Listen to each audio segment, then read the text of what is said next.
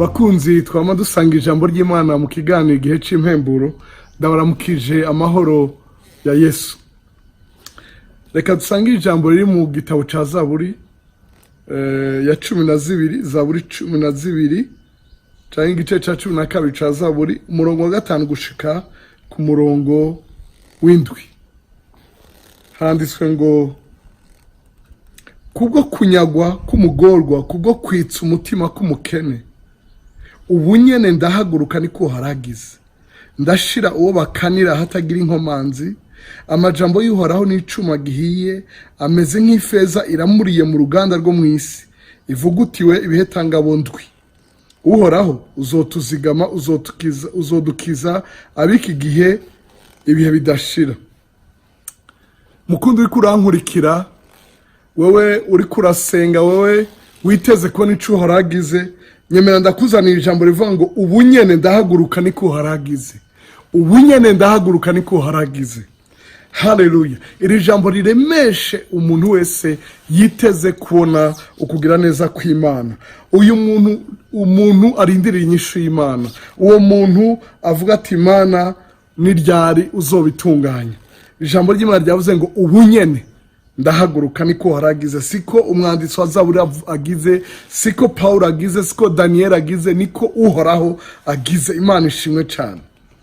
Kandi iri jambo ritume uba mu mahoro, utekana, uja hatagira inkomanzi. Uko avuga ngo ndashira uwo bakanira hatagira inkomanzi. Wowe usugerejwe, uvuga ngo pastori ntuzi ivyo ndiko ndacamo, wowe umaze igihe uriko uraca mu gihe c'ingorane. Ijambo ry'Imana ryavuze ngo ubu nyene arahagurutse kandi aragushira hatagira inkomanzi. Hari ivyo waciyemo vyinshi, hari ibintu bikurikirana hamwe ukibaza uti bizohera ryari. Aravuze ngo ndashira hatagira inkomanzi. Hari izindi ndimi za Bibiliya zigenda zivuga ngo ndashira mu mahoro, reka utekane ube mu mahoro. Kuki iri jambo Uhoraho rivuze ngo kubwo kunyagwa no kubwo kwitsa umutima. Uwo muntu ariko aranyagwa, ivyo wakoreye, ivyo waruhiye, ivyo wagendeye mu butungane, mu bugororotsi wakoreye n'amaboko yawe, ivyo wifuza gushikako, ivyo Satani agerageza gukora n'abadayimoni be n'inkozi z'ibibi. Aravuze ngo wewe unyagwa, wewe mugorwa, wowe uremerewe, arahagurutse.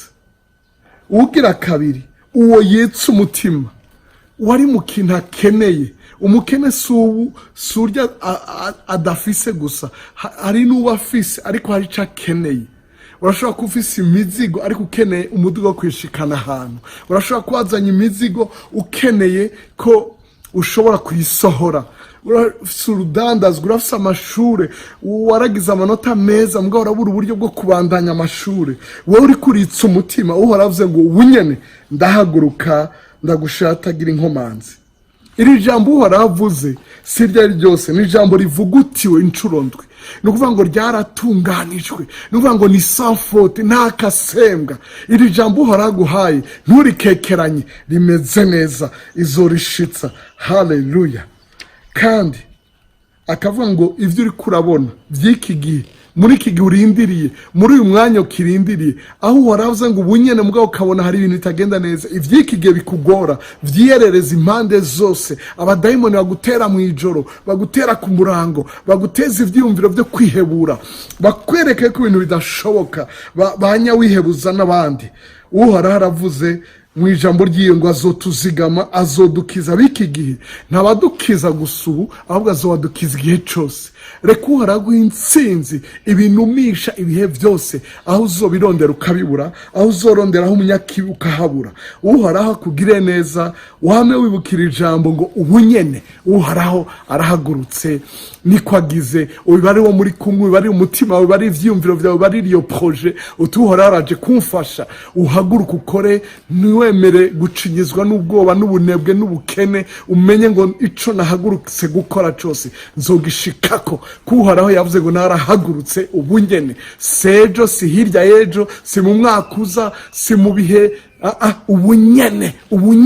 ubunyene. Imana iguhezagire, Imana ikugire neza, Imana igushoboze kurindira ubunyene bwawe uharaguhaye.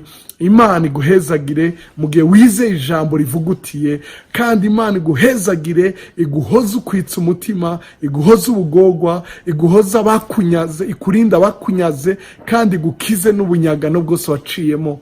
Imana ibahezagire. Murakoze mu izina rya Yesu Kristo, amen.